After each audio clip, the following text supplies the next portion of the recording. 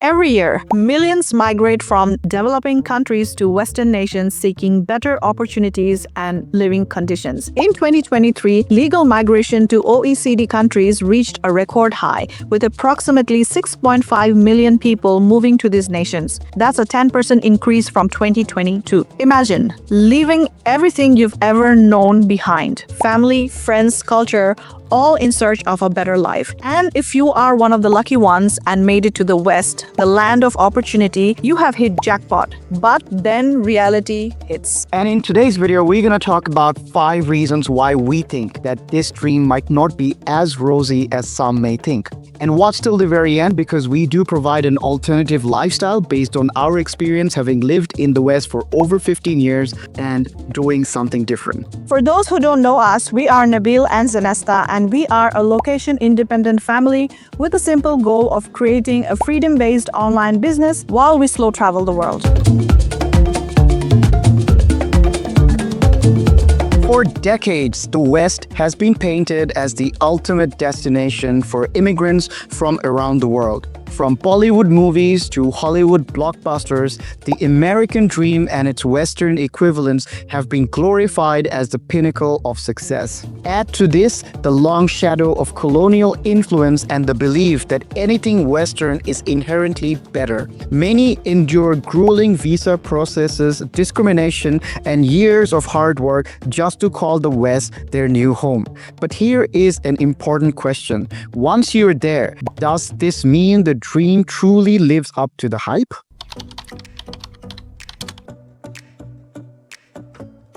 Despite progressive values, biases around race and culture persist. Immigrants often face subtle or overt discrimination in the workplace, housing, and social settings. The constant need to prove oneself and assimilate can be mentally exhausting, leaving many feeling like outsiders even after years of living in the West.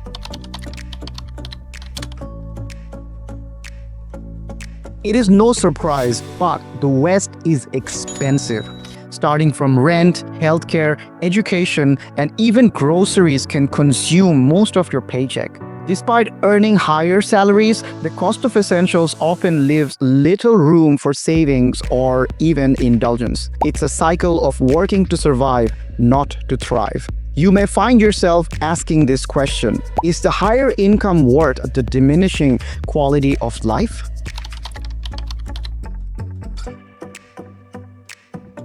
Western society thrives on productivity and work culture.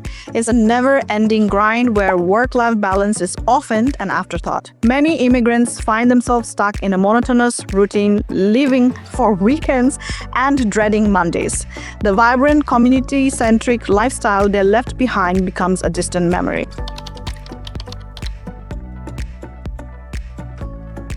You see, the journey to the West is so grueling that just getting there feels like an amazing achievement.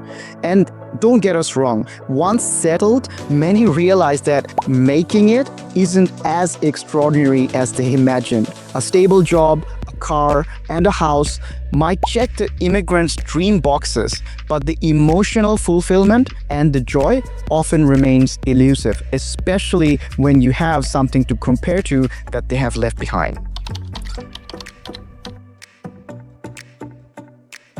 Finally, moving to the West often means leaving behind family support systems.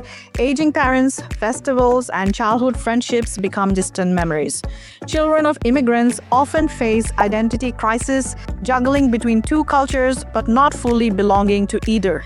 The price of the dream can be emotional disconnection.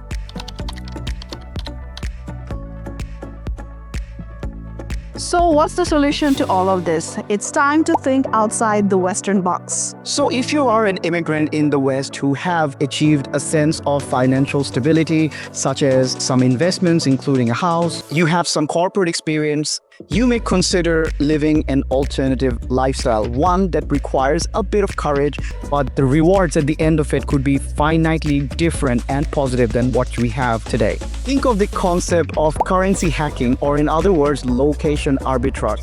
Basically, what you do is you leverage the currency that you're earning in today or have already earned in and then go and spend it where the currency is weaker than what you have today.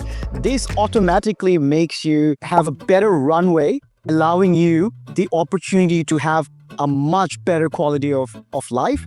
Also, it gives you an opportunity to literally not worry about your cost of living while you focus on creating something of your own, ideally a freedom-based business. So what's the three most important thing you can get out of this alternate lifestyle? We have been doing this for almost 15 months now, and what have we achieved? First and foremost, we get a lower cost of living. We are now living at 1/3 of the cost of living that we had in Sydney, Australia, by moving ourselves to Southeast Asia.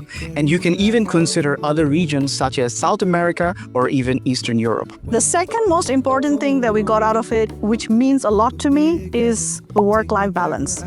Even though the work-life balance in Australia is considered better than a lot of other Western countries, at the end of the day, you still do have a lifestyle which is rather robotic with very little flexibility. Whereas right now, we have had the opportunity to live a location-independent lifestyle, which also allowed us the independence of time. So we can now choose to travel or work when we wish to actually do so. And honestly, it has been a dream of Nabeel and myself is to own something of our own.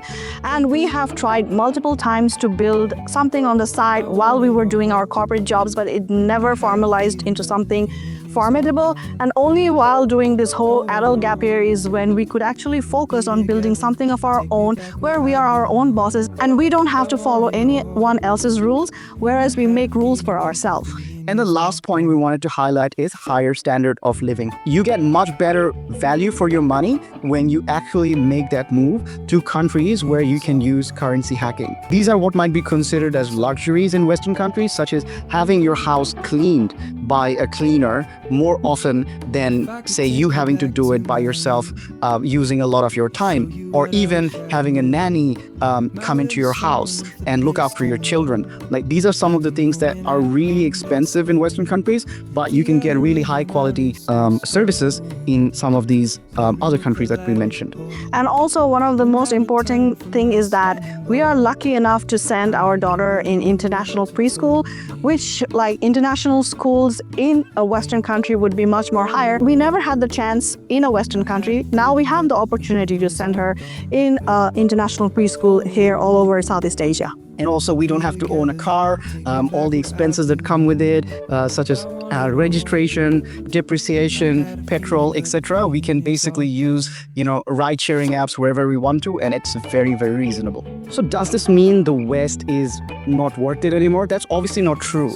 I mean, the Western country still has a lot of benefits, especially for new migrants. No wonder so many people are still moving there. But our video is more for the migrants who've actually been in a Western country and set their foundations, that you actually have other alternatives.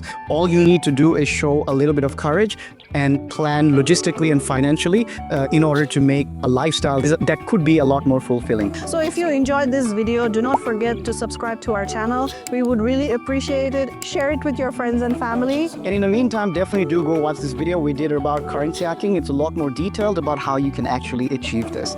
We'll see you in the next video. Bye-bye.